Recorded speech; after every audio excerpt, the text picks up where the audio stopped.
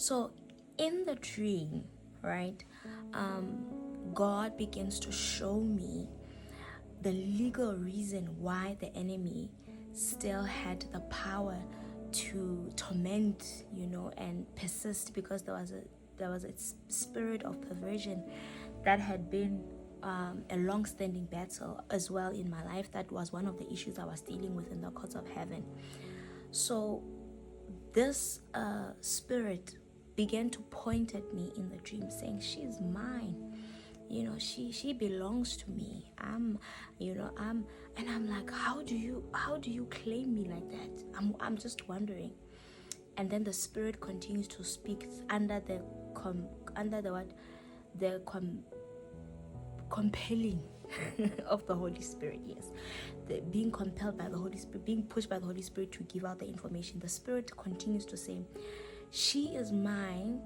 I have a right to torment her because the other day she wore a tight dress to church, and I could not focus at church that Sunday."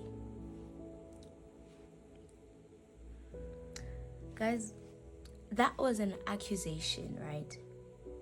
And there were two things that matters, not what the internet thinks, not what I think, but there's actually one thing that mattered. If God looked at that particular dress that I was wearing that Sunday and thought that it was inappropriate, I was in trouble. If the Holy Spirit, and I think, funny thing is that when I woke up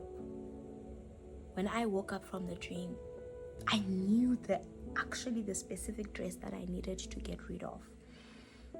And I think I remember that the Holy Spirit told me not to wear that dress, but it was making so much fashion sense that Sunday. It was making a lot of fashion sense. And Kanti, there was someone who could not focus at church. And in the courts of heaven, because I had disobeyed, number one, and because I chose fashion and I chose my own comfort more than obeying the voice of the Holy Spirit, what I was putting on my body or the way I dressed was not about the men, but it was about obeying God and obeying Holy Spirit and